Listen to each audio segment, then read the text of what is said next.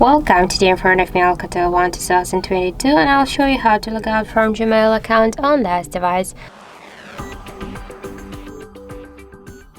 So let's just first open the Gmail application, and after that just tap here on the right upper corner, and you'll see here that we are logged in into two accounts at the same time in our Gmail app.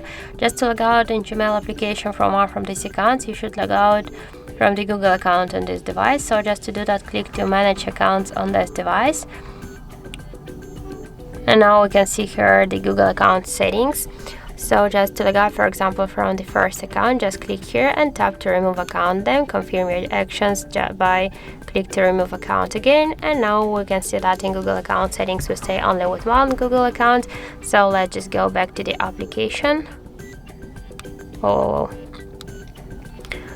And now let's just check. Okay, let's just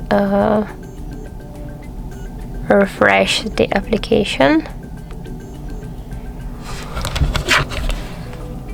Clear all, and let's open Gmail once again.